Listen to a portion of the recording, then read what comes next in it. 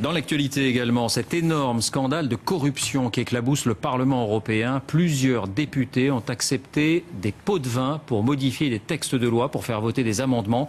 Ils ont été en fait piégés par des journalistes. On va retrouver François Baudonnet dans un instant sur place. D'abord les faits, reportage réalisé avec Bertrand Catrice.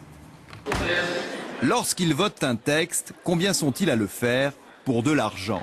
Depuis que des députés se sont fait piéger par des journalistes du Sunday Times, la question taraude l'hémicycle européen. Moyennant jusqu'à 100 000 euros, 4 eurodéputés ont accepté de déposer des amendements. Pour Adrian Severin, le vice-président des élus socialistes, la vidéo est accablante.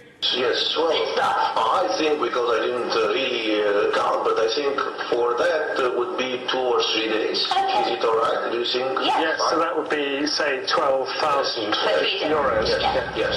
Malgré l'évidence du scandale, cet ancien ministre roumain refuse de démissionner. Son groupe politique est sous le choc. Nous l'avons exclu, il a quitté le groupe, il n'est plus membre de notre groupe et j'attends qu'il quitte le Parlement européen parce que cet homme a fait un grand hommage à l'institution. Problème, il y a au Parlement européen 5000 lobbyistes accrédités et leurs relations avec les députés sont mal encadrées. Ernst Strasser, élu conservateur autrichien, avoue même, sans honte à ceux qui le piègent, qu'il est lui aussi lobbyiste.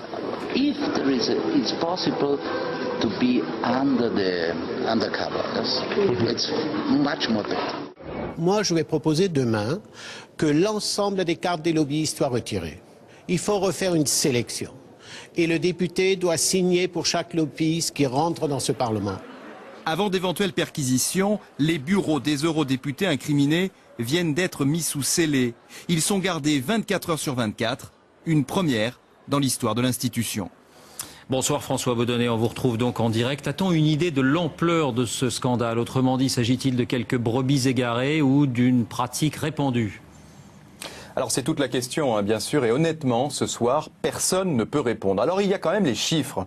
Les journalistes du Sunday Times disent avoir proposé de l'argent à une 60aine d'eurodéputés. Et sur 60, 14 auraient mordu à l'hameçon, ce qui fait presque 1 sur 4, ce qui est énorme. Cela dit, ces confrères que j'ai contactés m'ont avoué qu'ils avaient choisi leur cible. Ce sont tous des élus qui, dans une vie antérieure, travaillaient dans la finance ou, tenez-vous bien, dans le lobbying. Alors évidemment, cela n'excuse rien, d'autant que la plupart des députés européens sont d'anciens chefs d'entreprise, d'anciens médecins ou d'anciens avocats. Alors ce soir, avec ce scandale, le Parlement européen va être obligé de faire le ménage, car corruption généralisée ou pas, le soupçon est là, et c'est peut-être ça le plus grave.